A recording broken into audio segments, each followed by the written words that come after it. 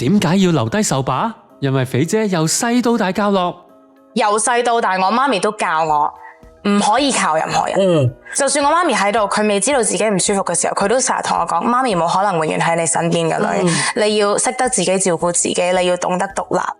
所以阿媽走咗，欣宜唔係等人養，而係決定要留低打工，自己養自己。好多人除咗爸爸呢個問題之外，佢哋都成日話嘅：你阿媽死咗，你用佢啲遺產嗰啲，我好憎聽到呢句說話。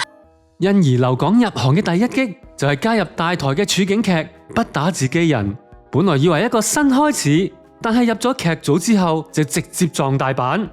我初初好開心啦，因為我第2集出㗎嘛，咁我嗰晚咧我就邀請咗我以前嗰啲 friend 啦 whatever， 跟住大家一齊咧就嗌咗壽司翻嚟屋企食，跟住睇。你好，我叫做余樂怡，你可以叫我 Joyce 㗎。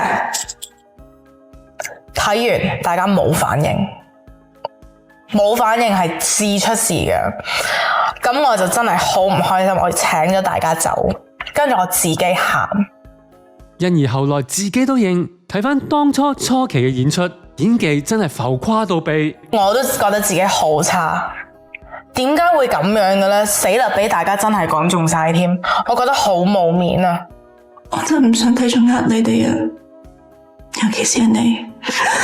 你知唔知道咧？一個人守住一個秘密嗰陣咧，好難受。啪啪聲，導演就講粗口咁樣。新人階段已經俾人話啲戲屎，仲要遇着一個粗狂導演，連毛姐都睇唔過眼。又跟住佢哋你知佢哋啦，好緊張噶嘛，即係唔知係邊一句前一句，嗰度再嚟講，唔好問啊，仲有粗口嘅喎。咁佢哋又好可憐咁樣，咁啊又嚟過，一日嚟過講多2句又咳。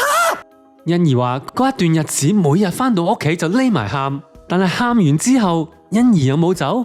冇。因為欣宜喺肥姐喪禮新聞發佈會上講過呢一句說話：我會爭氣，我會乖。